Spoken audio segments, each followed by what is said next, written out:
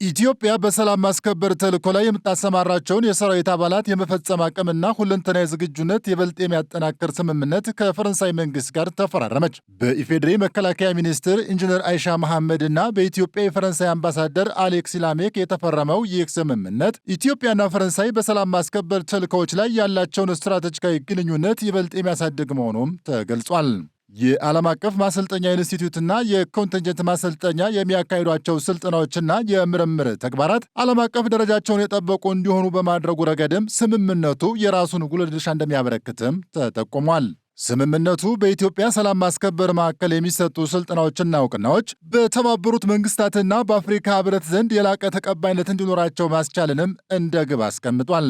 ስምምነቱ ኢትዮጵያ ለዓለም ሰላምና ደህንነት የምታበረክተውን አስተዋጽኦ ይበልጥ ውጤታማ እንደሚያደርገውና በሁለቱ ሀገራት መካከል ያለውን ዘላቂ ወዳጅነት ወደ አዲስ ምዕራፍ እንደሚያሸጋግረውም ተመላክቷል።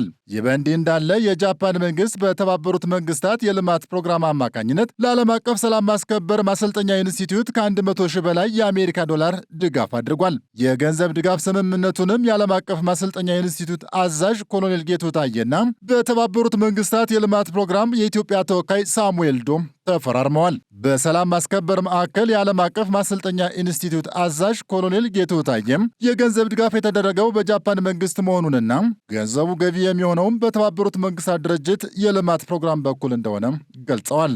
ኢንስቲትዩቱ በአራተኛ ዙር ስልጠና 28 የማስተርስ ተማሪዎችን እያስተማረ መሆኑን የገለጹት ኮሎኔል ጌቱ ታዬም ከእነዚህም ውስጥ 9ኙ ከሰሜን አፍሪካና ከምስራቅ አፍሪካ የመጡ ሰልጣኞች መሆናቸውን ገልጸዋል። ገንዘቡ የማስተርስ ፕሮግራም ተማሪዎችን አቅም ለማሳደግ እንደሚውል የጠቆሙት ኮሎኔል ጌቱ ታዬም መምህራኖቹም ከአዲስ አበባ ዩኒቨርሲቲ፣ ከውጭ ጉዳይ ሚኒስቴርና ከተለያዩ የትምህርት ተቋማት የሚመጡ ብቁ መሆናቸውንም ጠቁመዋል። ኢትዮጵያ ከፍተኛ ሰራዊት አበርካች አገር ነች። ለዓለም ሰላምና ደህንነት ከፍተኛ የሆነ ሰራዊት እያበረከተች የምትገኝ ነች። ቶፕ ትሩፕ ኮንትሪቢዩተር ከሚባሉ ሀገራት ውስጥ አንዷ ነች። እሱ ብቻ ሳይሆን ከፍተኛ ኤክስፒሪየንስ ያለን ከ70 ዓመት በላይ ከኮሪያ ጀምሮ ተሳትፎ እያደረግን ነው። እኛን ኮንትሪቢዩሽን ግንዛቤ ውስጥ በማስገባት ነው እንግዲህ የጃፓን መንግስት ከኛ ጋር ለመስራት እስካሁን 4 ባቾች ደርሰናል። 4ኛ ባች ነው ይሄኛው ባች። ለ4ኛ ባች የሚሆን ትምህርት እየሰጠን እንገኛለን ማለት ነው። አክቹአሊ እኛ ከተለያዩ ዓለም ሀገራት ጋር አብረን እንሰራለን። እንደምታውቁት የዓለም አቀፍ ሚሽን በመሆኑ ዓለም አቀፍ ተቋማት ይረዱናል። ከነዚህም ውስጥ እንግዲህ ጃፓን አንዱ ነው። በኢትዮጵያ የተባበሩት መንግስታት የልማት ፕሮግራም ተወካይ ሳሙኤል ዶ በበኩላቸው ኢትዮጵያ ከ1950ዎቹ ጀምሮ በዓለም አቀፍ የሰላም ማስከበር ስምሪት ላይ ያላትን ተከታታይና አስተማማኝ ተሳትፎ አድንቀው ሰራዊቷን በዲስፕሊንና በጽናት የሚታወቅ መሆኑን አንስተዋል። የተባበሩት መንግስታት የልማት ፕሮግራም ሰላምና ልማት የማይነጣጠሉ እንደሆኑ ያምናል ያሉት ሳሙኤል ዶም ድጋፉ የአፍሪካን የሰላም ማስከበር አመራር ለማጠናከር ያለንን ቁርጠኝነት ያሳያል ብለዋል። The International Peace Support Training Institute stands as a tangible expression of Ethiopia's legacy. የዓለም አቀፍ የሰላም ማስከበር ስልጠና ተቋም የኢትዮጵያ የረጅም ጊዜ ታሪክ ተጨባጭ መገለጫ ነው።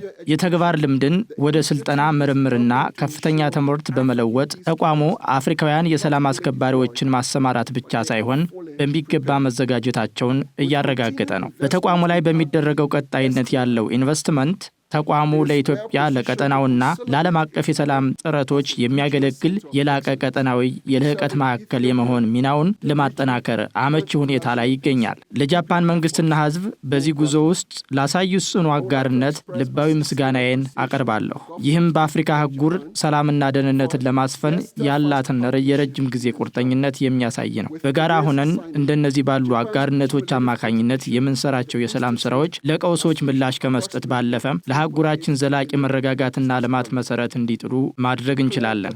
Together, through partnerships such as this, we can ensure that peace operations not only respond to crisis, but help lay the foundations for lasting stability and development on our continent.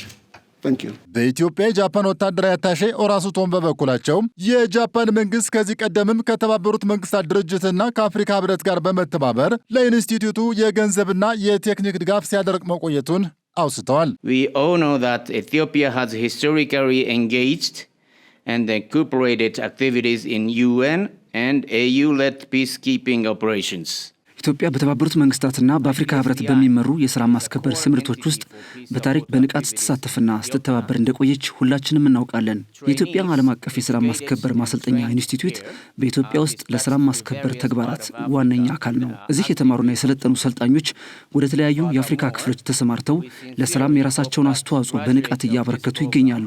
የዚህ ፕሮግራም ተመራቂዎችም ወደፊት በተባበሩት መንግስታትና በአፍሪካ ህብረት የሰላም ማስከበር ስምሪቶች ውስጥ እንደ ከፍተኛ አዛዥነትና የልዑካን መኮንን ሆነው ያገለግላሉ ብለን በጽኑ ተስፋ እናደርጋለን። ጃፓን ከተመድና ከአፍሪካ ህብረት ጋር በመተባበር ይህ ኢንስቲትዩት ከተመሰረተበት ጊዜ ጀምሮ ቀጣይነት ያለው የገንዘብና የቴክኒክ ድጋፍ ስትሰጥ ቆይታለች። ጃፓን ሀገራት ግጭትን ለመከላከል፣ ለመቆጣጠር፣ ለመፍታትና የሰው ልጅ ደህንነት ለመጠበቅ ያላቸውን ሀገራዊና ቀጠናዊ አቅም እንዲያጠናክሩ ድጋፏን ለመቀጠል ቁርጠኛ ነች። Japan remains committed to continue supporting countries to strengthen their national and regional capacities for the conflict prevention and management, resolve conflict and maintain human security. ኮሎኔል ኦር አክለውም ጃፓን የአፍሪካ ሰላም ማስከበር ተልእኮዎችን ጥራትና ውጤታማነት የሚያጠናክረውን የኢትዮጵያን ዓለም አቀፍ የሰላም ማስከበር ማሰልጠኛ ኢንስቲትዩት ለማሳደግ የመከላከያ ሚኒስቴር የሚያደርገውን ጥረት በመደገፏ ኩራት ይሰማታል ብለዋል።